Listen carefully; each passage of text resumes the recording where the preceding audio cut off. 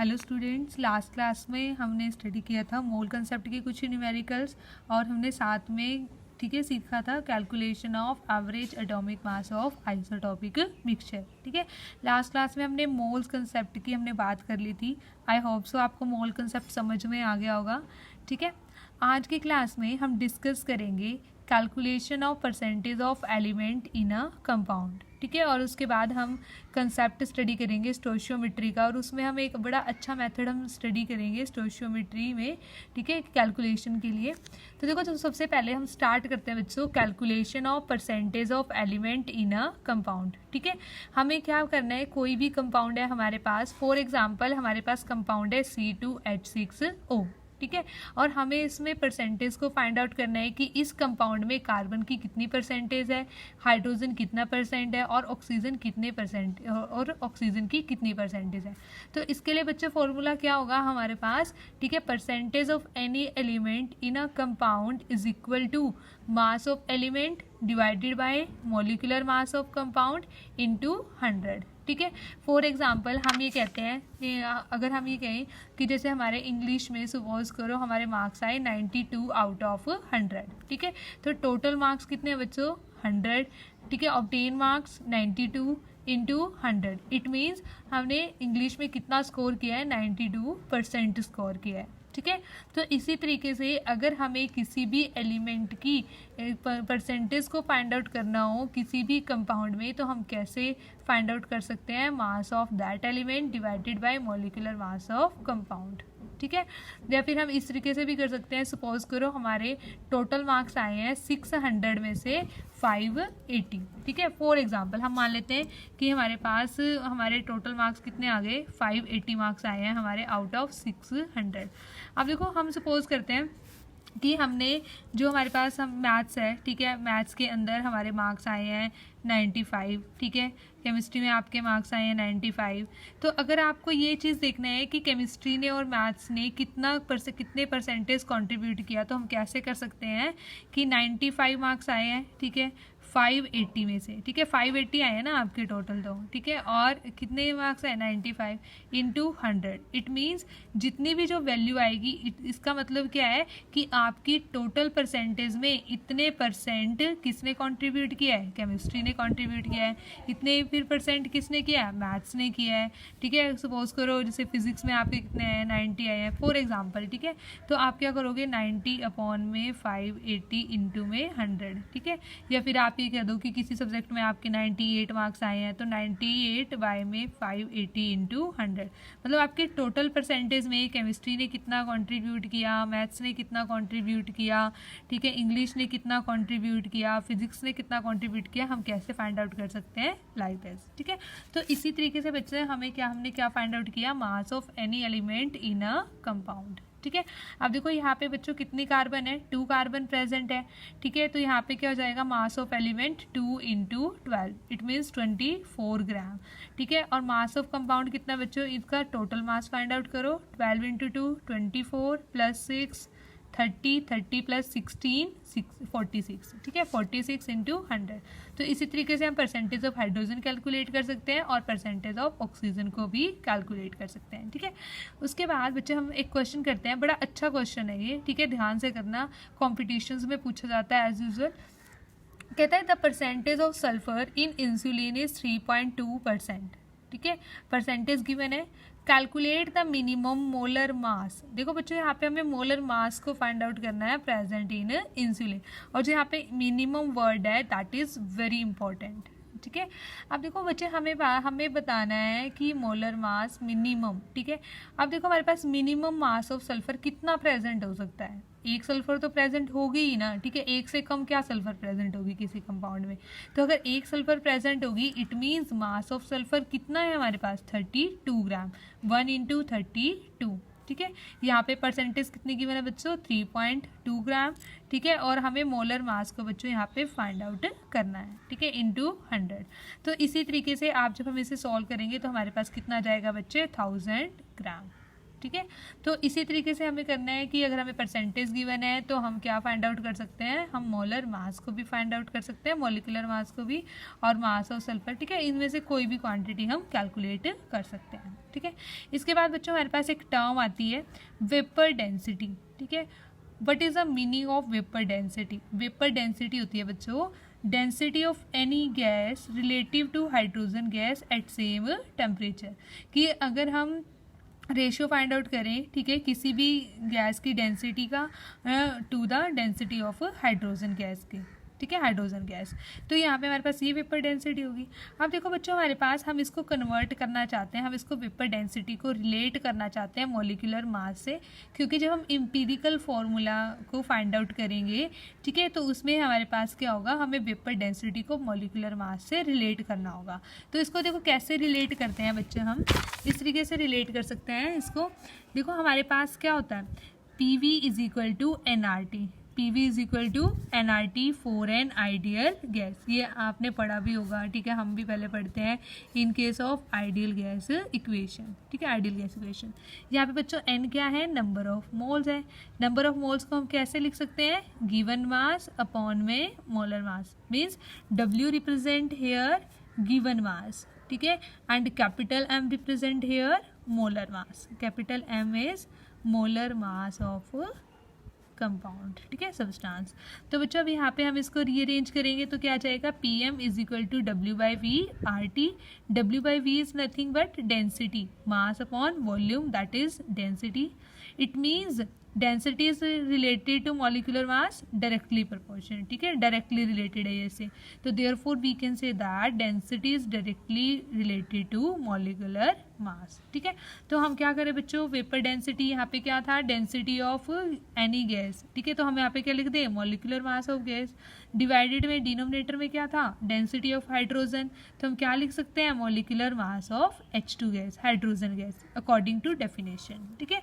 तो बच्चों हमारे पास यहाँ पे फॉर्मूला क्या आ गया, molecular mass of hydrogen H2 कितना होगा, 2, ठीक है, तो इसको रिलेट कर दो तो हमारे पास क्या आ जाएगा, molecular mass of any gas is equal to 2 into vapour density, ठीक है। तो यहाँ पे हमारे पास कोई भी सब्सटेंस आ सकता है, ठीक है, जरूरी नहीं है गैस, अब क्या आ सकता है, कोई भी सब्सटेंस आ सकता है, तो उसके लिए कि कैसे रिलेट करेगा, molecular mass is equal to 2 into vapour density, ठीक है। वेपर डेंसिटी हमेशा क्या होती है, गैसीय स्टेट में होती है।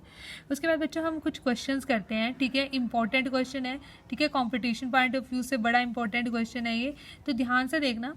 देखो क्या क्वेश्चन पूछा उसने, calculate the mass of sulphuric acid H2SO4 which contain 0.25 moles of oxygen atoms, ठीक है, सेकेंड पार्ट में 0.25 मोल्स ऑफ O2 गैस, ठीक है, यहाँ पे मॉलिक्यूल है बच्चों, यहाँ पे एटम्स है।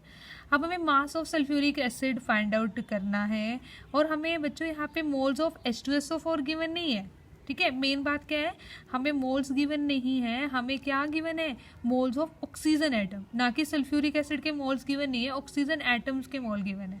तो कोई बात नहीं, इस टाइप के क्वेश्चंस को हमें कैसे सोल्व करना है, तो आप ये चीज़ देखो, 1 molecule of H2SO4 contain how many oxygen atom बच्चों, 4 एटम्स, ठीक है, और साइड बाय साइड ये भी लिख लो कितने मॉलिक्यूल्स बनेंगे फिर, 2 ऑक्सीजन मॉलिक्यूल, क्योंकि 4 एटम्स है, एक मॉलिक्यूल कितने एटम से बनता है, 2 एटम से बनता है, तो आपके पास 4 एटम से कितने मॉलिक्यूल बनेंगे, 2 ऑक्सीजन मॉलिक्यूल्स। तो देखो अगर if one molecule contain 4 atoms of oxygen, then 1 mole of H2SO4 also contain 4 mole of oxygen atom, ठीक है, and 2 mole of oxygen molecules। Unitary method apply कर दो बच्चों, देखो 4 mole of oxygen atoms are present in 1 mole of H2SO4, पहले मोल find out कर लेंगे फिर उससे मास फाइंड आउट कर देंगे, क्योंकि मोल से मास को हमें फाइंड आउट करना आता है, ठीक है। उसके बाद 1 mole of oxygen atom are present in 1 mole, ठीक है, 1 mole of oxygen atom are present in 1/4, given कितने मोल्स है ऑक्सीजन एटम्स के, 0.25 मोल्स, तो 0.25 मोल्स के लिए बच्चों हमारे पास कितने मोल्स आ गए, 1/16 मोल्स ऑफ H2SO4। पर हमें फाइंड आउट क्या करना है क्वेश्चन में, मास, ठीक है, मोल्स को मास से कैसे कन्वर्ट करते हैं, by multiplying it with its molar mass, ठीक है। तो हम क्या करेंगे बच्चों, सल्फ्यूरिक एसिड के मोलर मास से मल्टीप्लाई कर देंगे और हमारे पास आंसर आ जाएगा 6.1 ग्राम, ठीक है। सेम मेथड से ही हम क्या करेंगे बच्चों, ऑक्सीजन मॉलिक्यूल के लिए कर लेंगे। अब वहाँ पे 2 मॉलिक्यूल्स थे ना, तो it means 2 mole of O2 gas is present in 1 mole H2SO4। ठीक है, उसके बाद हम फाइंड आउट करेंगे 0.25 मोल O2 के लिए, तो वैल्यू कितनी आ जाएगी बच्चों 1/8 मोल्स। फिर मोलर मास फाइंड आउट कर दो। ठीक है, मोलर मास में यहाँ पे मास लिखना है बच्चों आपको, मास। ठीक है, मास ऑफ H2SO4। ठीक है, इसको क्या करेंगे, इसको इससे मोलर मास से हम इसको मल्टीप्लाई कर देंगे और हमारे पास आंसर आ जाएगा 12.2 ग्राम H2SO4। ठीक है, तो इस टाइप के क्वेश्चंस भी आते हैं बच्चों, तो हमें ध्यान से करना है कि गिवन क्या है और हमें फाइंड आउट क्या करना है। ठीक है, नेक्स्ट टॉपिक है बच्चों हमारे पास स्टोशियोमेट्री। ठीक है, बड़ा ही इंपॉर्टेंट टॉपिक है। ठीक है, यहाँ पे हमारे पास जेईई मेंस में कई क्वेश्चंस आते हैं। ठीक है, उसमें हम कंफ्यूज हो जाते हैं। अभी हम उन क्वेश्चंस को करेंगे, 1-2 क्वेश्चंस को करेंगे, और इसके लिए मैं आपको एक मेथड भी बताऊंगी। ठीक है, जैसा कि मैंने आपको पहले बताया है, जो एनसीईआरटी बुक में गिवन नहीं है। ठीक है, तो ध्यान से समझना इस कंसेप्ट को। देखो, सबसे पहले बात करते हैं बच्चों हम स्टोशियोमेट्री कोफिशिएंट क्या होता है। ये होता है बच्चों स्टोशियोमेट्री कोफिशिएंट। अगर हमें किसी रिएक्शन को बैलेंस करना होता है, इक्वेशन को बैलेंस करना होता है, तो हम क्या करते हैं, ठीक है, यहाँ पे कोफिशिएंट्स इंक्लूड करते हैं। तो ये इन्हें हम क्या बोलते हैं, इन डिजिट्स को हम क्या बोलते हैं, स्टोशियोमेट्री कोफिशिएंट। ठीक है, फॉर एग्जाम्पल, ठीक है, जब हमने इस रिएक्शन को बैलेंस किया, nitrogen plus hydrogen gives ammonia, तो हमारे पास यहाँ पे स्टोशियोमेट्री कोफिशिएंट बच्चे 1 है, यहाँ पर 3 है, यहाँ पर 2 है। ठीक है, और in other words we can also say that 1 volume of N2, 1 moles of N2, 3 moles of hydrogen, 2 moles of ammonia। ठीक है, और 1 volume of नाइट्रोजन हमने लॉ ऑफ कॉम्बिनेशंस में भी पढ़ा था। ठीक है, एवोगैड्रोस लॉ में 3 volume of hydrogen and 2 volume of ammonia. या फिर बच्चों क्या कह सकते हैं, अगर हमें मास की टर्म में बात करनी हो तो N2 का मास कितना है 28 ग्राम, 14 × 2, 28 gram of nitrogen, 6 gram of hydrogen. यहाँ पे बच्चों मास में हमें साथ में क्या इंक्लूड करना पड़ेगा, स्टोशियोमेट्री कोफिशिएंट को इंक्लूड करना पड़ेगा। ऐसे यहाँ पे 34 ग्राम ऑफ अमोनिया। ठीक है, अब देखो इसके लिए जैसे हमारे पास क्वेश्चन 1 है, प्रॉब्लम 1 है, calculate the mass of O2 gas produced on heating 12.25 gram of potassium per chlorate. ठीक है, पोटेशियम पर क्लोरेट का फॉर्मूला होता है बच्चों KClO3। ठीक है, गिव्स KCl प्लस 3O2। इसके लिए रिएक्शन को हमें क्या करना पड़ेगा, बैलेंस करना पड़ेगा। ठीक है, हमने यहाँ पे रिएक्शन को बैलेंस कर दिया। अब देखो इसी क्वेश्चन को मैं 3 मेथड से सॉल्व करूँगी। ठीक है, यहाँ पे 2 मेथड लिखा है, बट हम इसे 3 मेथड की हेल्प से सॉल्व करेंगे और आंसर क्या आएगा, सेम आएगा। ठीक है, यहाँ पे मैं आपको सिर्फ मेथड अप्लाई करने का तरीका बता रही हूँ। ठीक है, अब हमें बच्चों मास फाइंड आउट करना है और मास ही हमें गिवन है, तो इसके लिए एक मास मेथड होता है, एक मोल मेथड होता है और एक POAC मेथड होता है। ठीक है, तो सबसे पहले बच्चों मोल्स मेथड करते हैं। मोल्स मेथड में हम क्या करेंगे, देखो अकॉर्डिंग टू इक्वेशन। ठीक है, इक्वेशन के अकॉर्डिंग देखो क्या लिख सकते हैं हम, 2 moles of potassium, 2 moles of potassium पर chlorate reacts to produce oxygen, how many moles, 3 moles। ठीक है, ऐसे ही तो 0.1 मोल्स कितने करेंगे, अब यहाँ पे देखो 12.25 ग्राम पोटेशियम पर क्लोरेट के मोल्स फाइंड आउट कर लो बच्चों। मोल्स कितने आ जाएंगे 0.1 मोल, क्योंकि KClO3 का जो मोलर मास होगा वो कितना होगा 122.5 होगा। ठीक है, अगर हमारे पास 122.5 है तो मोल्स कितने हो जाएंगे 0.1 मोल। ठीक है, उसके बाद हम क्या करेंगे बच्चों, यहाँ पर हमारे पास यूनिटरी मेथड अप्लाई करेंगे। ठीक है, 2 moles of KClO3 react to produce oxygen 3 moles. ठीक है, इसी तरीके से 1 मोल 0.15 मोल। तो अगर हमारे पास मोल्स आ गए तो हम क्या करेंगे, मल्टीप्लाई कर देंगे उसके मोलर मास से, तो हमारे पास क्या आ जाएगा, इसका आंसर आ जाएगा। ठीक है, एक चीज़ और बता देती हूँ मैं आपको। ठीक है, अगर समझ में ना आया हो तो देखो इस तरीके से बच्चे हमारे पास। ठीक है, जैसे हमारे पास था, ठीक है, रिएक्शन के अकॉर्डिंग हमने ये चीज़ तो समझ में आ गई होगी, 2 moles of potassium per chlorate reacts to give 3 moles of O2। ठीक है, 0.1 mole of potassium per chlorate reacts to give 3/2 moles. हमारे पास 0.1 मोल आया है। ठीक है, 0.1 मोल कैसे आया बच्चों, molar mass given mass upon में मोलर मास। ठीक है, 3/2 × 0.1, तो आंसर कितना आ जाएगा 0.15 मोल्स। ठीक है, उसके बाद है हमारे पास मास मेथड, ठीक है। उसके बाद हम मास मेथड की बात करते हैं। अब देखो मास मेथड में हम क्या लिखेंगे, पोटेशियम पर क्लोरेट से हमें फाइंड आउट करना है ऑक्सीजन गैस का मास, ठीक है। तो हम लिखेंगे 2 × 122.5 gram of potassium per chlorate produce how many gram oxygen gas, 96 gram. 1 gram of potassium perchlorate produce 96 upon में 245 and 12.25 gram of potassium perchlorate produce how many gram of oxygen gas, ठीक है। इसको कैलकुलेट करेंगे और answer कितना आ जाएगा 4.8 ग्राम। तो देखो दोनों ही क्वेश्चंस में हमारे पास क्या आया है आंसर 4.8 ग्राम, ठीक है। फर्स्ट क्वेश्चन में हमारे पास पहले मोल्स निकले थे 0.15 मोल्स, और फिर हमने क्या कर दिया था उसको उसके मोलर मास से मल्टीप्लाई कर दिया और हमारे पास मास आ गया, ठीक है। सेकंड मेथड में हमने क्या किया, हम मास को ही लेकर चले, ठीक है, और हमें मास को ही फाइंड आउट करना था। इन दोनों में से हम कोई भी मेथड यूज़ कर सकते हैं, ठीक है, या तो मोल्स मेथड यूज़ कर सकते हैं या फिर मास मेथड हम यूज़ कर सकते हैं, ठीक है। तो अब देखो हमने दो मेथड तो स्टडी कर लिए हैं, मोल्स मेथड, मास मेथड, ठीक है। ये हम पहले भी स्टडी कर चुके होते हैं, ठीक है। आईसीएसई वालों ने स्टडी कर लिया होगा, ठीक है, सीबीएसई वालों ने नहीं किया होगा। तो इस तरीके से अब हमारे पास बच्चों थर्ड मेथड है, ठीक है। थर्ड मेथड ही न्यू मेथड है, इससे पहले आपने कभी नहीं पढ़ा, ठीक है। तो थर्ड मेथड कौन सा मेथड है बच्चों, प्रिंसिपल ऑफ एटम कंजर्वेशन, ठीक है, प्रिंसिपल ऑफ एटम कंजर्वेशन, ठीक है। इसमें क्या खास बात है बच्चों, ठीक है। इसमें एक चीज़ तो हमें जो मेन बात है, इसमें मेन चीज़ है कि हमें रिएक्शन को बैलेंस करने की ज़रूरत नहीं होती। मीन्स यहाँ पे जो स्टोइचियोमेट्री कोफिशिएंट है उन्हें इंक्लूड करने की ज़रूरत नहीं होती, ठीक है। तो क्योंकि हमारे पास कुछ रिएक्शंस ऐसी आएंगी जहाँ पे रिएक्शन को बैलेंस करना क्या हो जाएगा, कॉम्प्लिकेटेड हो जाएगा। तो उन मेथड्स, उन क्वेश्चंस के लिए ये मेथड बहुत ही इंपॉर्टेंट हो जाता है, ठीक है। तो बच्चों देखो सबसे पहले हम POAC principle of atom conservation को हम कैसे अप्लाई करते हैं, हमें ये चीज़ सीखना है, ठीक है। बड़े ध्यान से समझना है इसमें, यहाँ पे इन कोफिशिएंट्स का कोई रोल नहीं है। देखो हमने जैसे एक जनरल रिएक्शन लिख ली A2 B5 B3 C4 अपनी मर्जी से, ठीक है, A4 C5 B5 C3, यहाँ पे 3 एलिमेंट है A B और C, ठीक है, उनके फॉर्मूलाज यही हैं। उसके बाद क्या करेंगे, हमने यहाँ पे रिएक्शन को बैलेंस नहीं करना है क्योंकि यहाँ पे इनका कोई भी रोल नहीं है, ठीक है। तो देखो बच्चों हम क्या करें, हमने लिखा हुआ है यहाँ पर for POC stoichiometry coefficient should not be taken under consideration, ठीक है। POC फॉर A एटम्स, ठीक है, A टाइप के एटम के लिए POC अप्लाई करो। कैसे करना है बच्चों, देखो रिएक्टेंट साइड कितने A एटम प्रेजेंट है, 2 A एटम्स प्रेजेंट है, तो यहाँ पे लिख दो 2 × मोल्स ऑफ A2B5, ठीक है, मतलब जिस कंपाउंड में प्रेजेंट है। प्रोडक्ट साइड कितने A प्रेजेंट है 4, तो क्या लिख दिया 4 × मोल्स ऑफ A4 C5, ठीक है। रिएक्टेंट साइड भी होना चाहिए, प्रोडक्ट साइड भी होना चाहिए वो एलिमेंट जिसके लिए हम POAC को अप्लाई कर रहे हैं।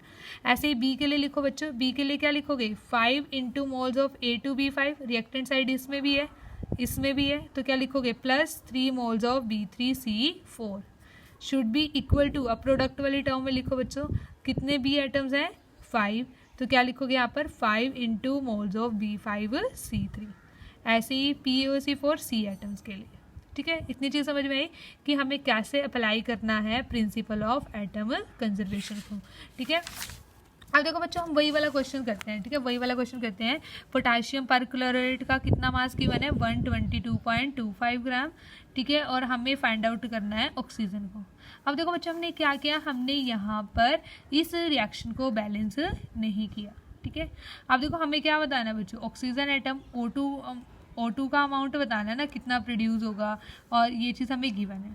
तो हम क्यों ना क्या करें कि इन दोनों जैसे हमारे पास एक तो ये है रिएक्टेंट और ये क्या है प्रोडक्ट, इन दोनों में से कौन सा एलिमेंट कॉमन है, oxygen element is common in both, ठीक है, क्योंकि पोटेशियम तो इसमें प्रेजेंट नहीं है ना O2 में O ऑक्सीजन प्रेजेंट है, यहाँ पे भी ऑक्सीजन प्रेजेंट है, तो इसलिए हमने क्या लिखा बच्चों, here common atom is oxygen, ठीक है, and therefore we apply POAC for oxygen atoms, ठीक है।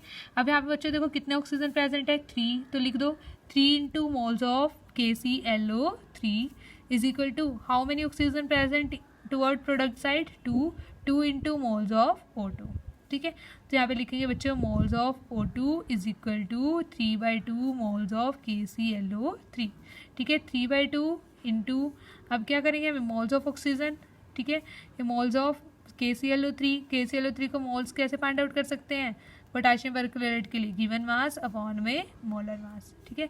गिवन मास हमारे पास है बच्चों 12.25 ग्राम, मोलर मास है 122.5 ग्राम, ठीक है। सॉरी, मैंने पहले शायद गिवन मास 122.5 बोला था, 12.25 है बच्चों, ठीक है।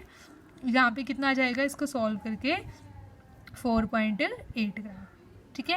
तो हमारे पास इसी तरीके से यहाँ पर हम क्या फाइंड आउट कर सकते हैं, इसी तरीके से जैसे कि moles of oxygen find out कर लिए हमने, ठीक है, मोल्स ऑफ, ठीक है, यहाँ पे अगर यहाँ पे मोल्स ऑफ O2 है ना, ठीक है, इसको कैलकुलेट कर लेना बच्चों एक बार, यहाँ पे इसको मल्टीप्लाई भी करना पड़ेगा, मोल्स ऑफ ऑक्सीजन है ना, तो हम यहाँ पे क्या लिखेंगे, mass of oxygen, mass of O2 जो हमें फाइंड आउट करना है, डिवाइडेड बाय में molar mass of O2 that is 32, ठीक है। और फिर इसको यहाँ पे पूरे को सॉल्व करके हमारे पास आंसर क्या आ जाएगा बच्चों, 4.8 ग्राम, ठीक है। तो इस तरीके से हमें अप्लाई करना है POAC मेथड को, ठीक है।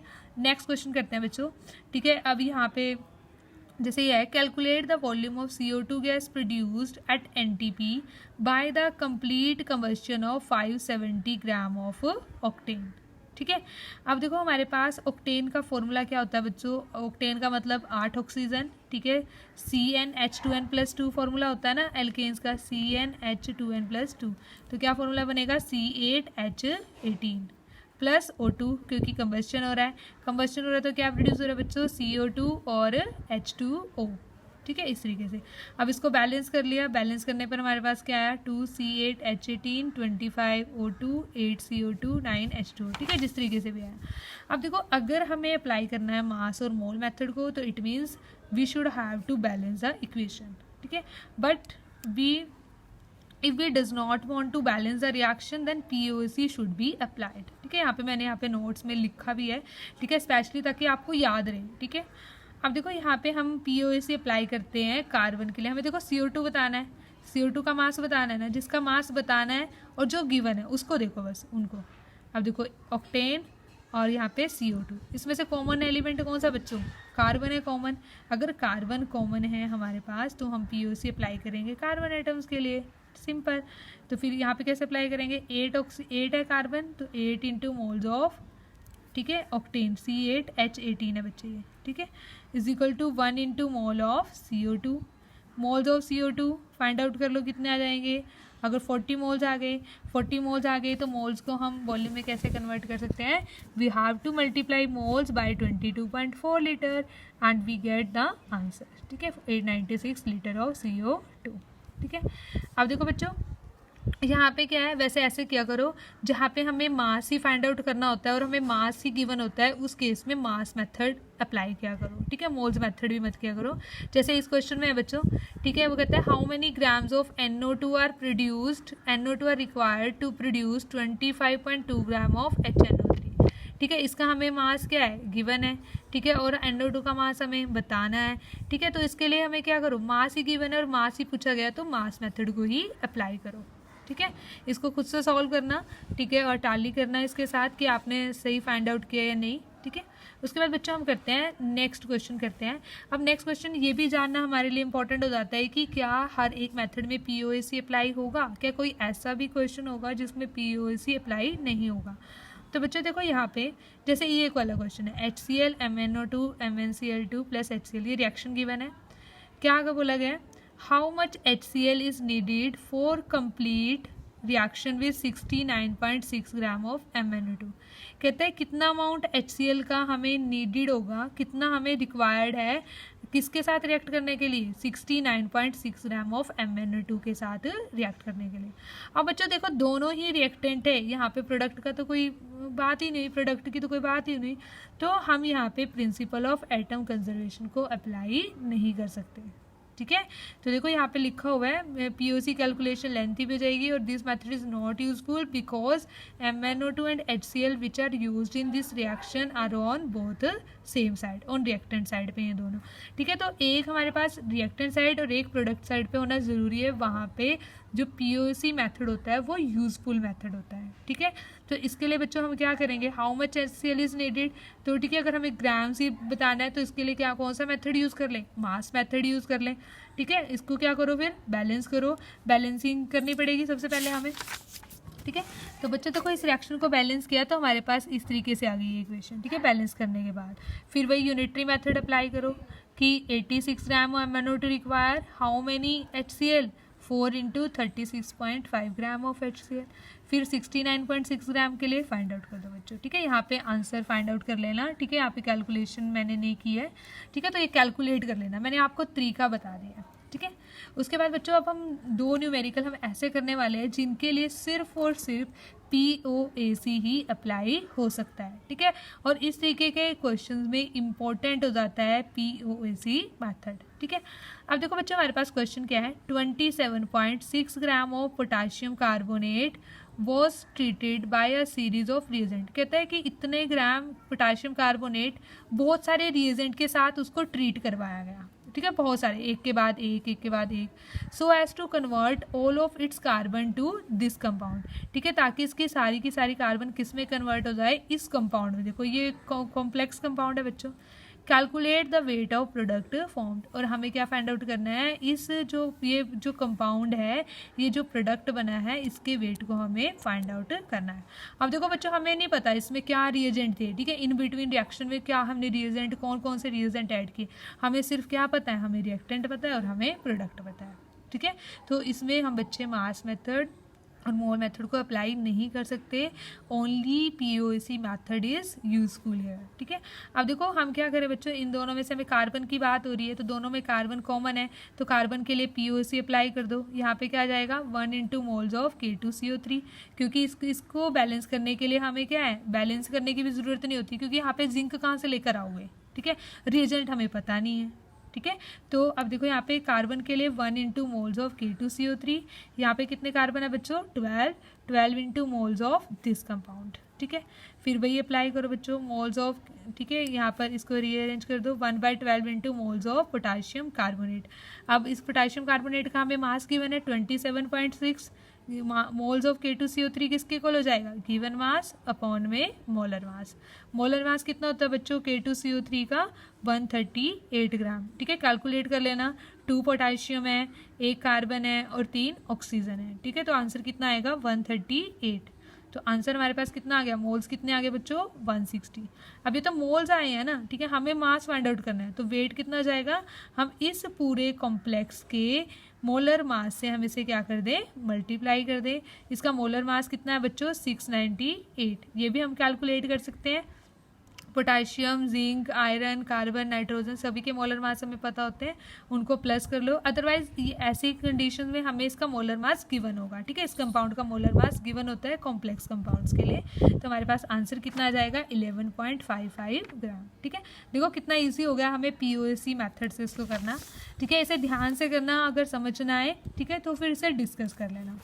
अब देखो उसके बाद हमारे पास नेक्स्ट एंड लास्ट जो हम इसके लिए एक न्यूमेरिकल कर रहे हैं वो कौन सा है बच्चों, सिक्वेंशियल रिएक्शन। ठीक है, सिक्वेंशियल रिएक्शन हम किससे कहते हैं बच्चों, ठीक है, जैसे हमारे पास देखो कैल्शियम कार्बाइड है, जब वाटर के साथ रिएक्ट करता है तो कंपाउंड बनते हैं calcium oxide and ethyne C2H2। फिर जब ये हाइड्रोजन के साथ रिएक्ट करती है तो बनाती है बच्चों इथीन, और जब N molecules of ethene react करते हैं तो बनाते हैं पॉलीथीन। ठीक है, तो इस टाइप की रिएक्शन को जो एक सीक्वेंस में होती है, स्टेप बाय स्टेप होती रहती है, इस टाइप की रिएक्शंस को हम क्या कहते हैं बच्चों, सीक्वेंशियल रिएक्शन। अब देखो हमें क्या करना है, calculate the mass of polyethylene that can be produced from 10 kg of calcium carbide. ठीक है, हमें गिवन है 10 kilogram of calcium carbide given है, और हमें मास फाइंड आउट करना है बच्चों पॉलीइथाइलिन का। ठीक है, कि कितना मास इसका प्रोड्यूस होगा। तो सिंपल सी बात है बच्चों, अब इसके लिए हम ऐसे मास मेथड मोल मेथड यहाँ पे इंपॉर्टेंट नहीं है, जेईई मेंस में पहले भी क्वेश्चन आ चुका है ये। ठीक है, इसी टाइप का कोई और क्वेश्चन आ जाता है। ठीक है, तो इसलिए इंपॉर्टेंट है ये। अब देखो यहाँ पे POAC अप्लाई कर दो बच्चों कार्बन के लिए।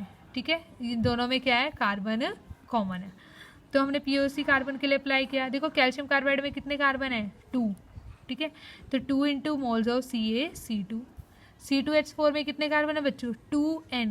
N को इंक्लूड करना यहाँ पे जरूरी है क्योंकि हम पॉलीइथाइलिन की बात कर रहे हैं। तो ये हमने क्या लिख दिया 2n into moles of C2H4n polyethylene, 2 से 2 cancel, moles of polyethylene is equal to 1/n into moles of calcium carbide. ठीक है, अब 1/n एज इट इज रखो, मोल्स ऑफ कैल्शियम कार्बाइड किसके इक्वल हो जाएगा, गिवन मास अपॉन में molar mass. ठीक है, मोलर मास कैल्शियम कार्बाइड का 64 कैलकुलेट कर सकते हैं, calcium 40 plus 2 into 12 24, 40 plus 24 comes out to be equal 64। गिवन मास कितना होगा बच्चों, देखो यहाँ पे 10 kg गिवन है, 10 kg है तो इसको ग्राम्स में कन्वर्ट करने के लिए हम इसे 1000 से मल्टीप्लाई करेंगे, 1000 से मल्टीप्लाई करने पर हमारे पास आ गए मोल्स ऑफ पॉलीइथाइलिन। ठीक है, but we have to calculate mass of polyethylene. ठीक है, अगर हमें मोल्स पता है बच्चों, मास फाइंड आउट करना है तो क्या करेंगे, इसके मोलर मास से इसको मल्टीप्लाई कर देंगे। मोलर मास कितना होगा बच्चों पॉलीइथाइलिन का, देखो C2H4n, 2 कार्बन 24, ठीक है, 4 हाइड्रोजन 4, 24 प्लस 4 28, एंड 28 को किससे मल्टीप्लाई करेंगे, n से, तो कितना आ जाएगा 28n, n से n कैंसर, हमारे पास आंसर कितना आ जाएगा बच्चों सॉल्व करने पर 4375 gram of polyethylene is produce. ठीक है, तो इसी तरीके से बच्चों हमें POAC मेथड करना है। POAC मेथड कहीं पे भी NCERT बुक में, ठीक है, किसी और बुक में यहाँ पे गिवन नहीं है। ठीक है, तो इसलिए इस मेथड को समझ लेना अच्छे से, अगर अप्लाई करना ना आए, ठीक है, तो इसे डिस्कस कर लेना। ठीक है, बार बार बोल रही हूँ क्योंकि इंपॉर्टेंट है ये टॉपिक। ठीक है, ओके।